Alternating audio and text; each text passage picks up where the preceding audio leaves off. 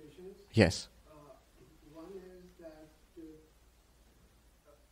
there is some literature in psychology which says that bottling up your feelings or suppressing your unpleasant reactions can be detrimental in the long term.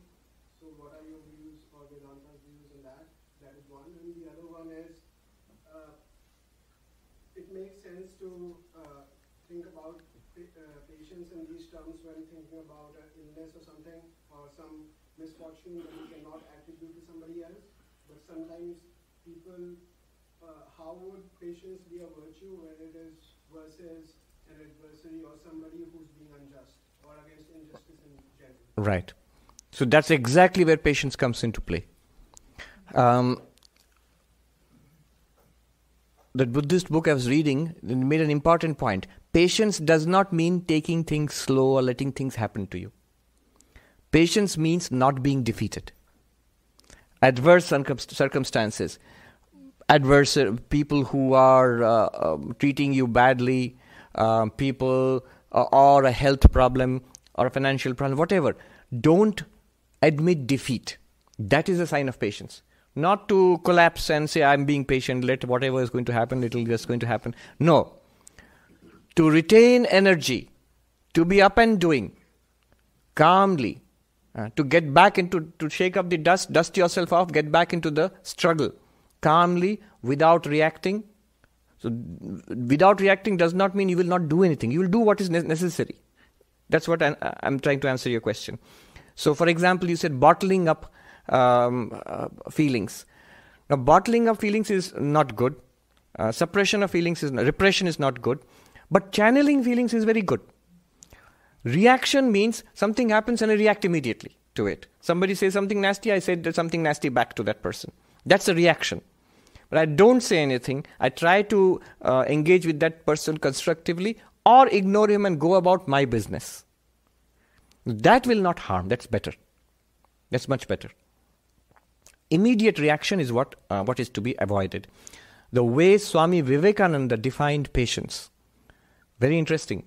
He defined, you would always define in a positive way. Now, this is the answer to your question. Anything he would define in a positive way. For example, humility. We think humility means being low and accepting and being humble. You know what is Swami Vivekananda's definition of humility? He said, humility does not consist in being a doormat. Humility means seeing the greatness in the other person.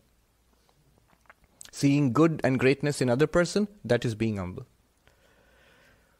How did he define patience? He talked about patience, for him was strength.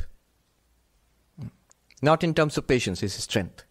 And what is strength? Not to thrash the other person. He says strength is to stop reaction. What a deep definition of strength. It's easy to fidget.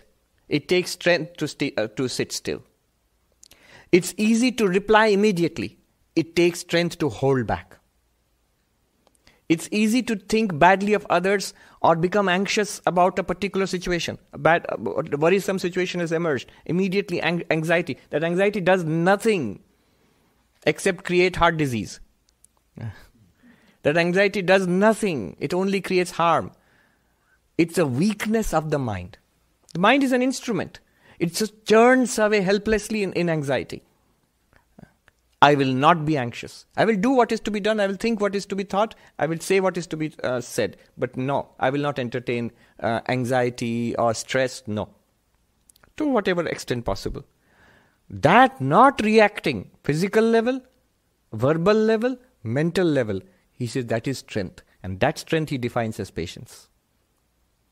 That's a very good idea actually. He says when you drive a chariot, to let the horses run amok, is that strength? Or to hold the reins and pull back the horses and guide it along a particular direction, is that strength? It's more strength to hold back and then guide it.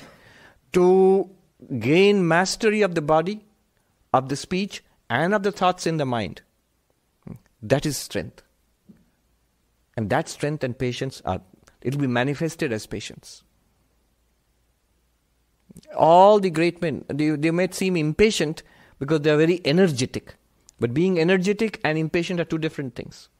tremendous energy, but continuous, the patience to apply that energy in a particular chosen direction, that leads to greatness.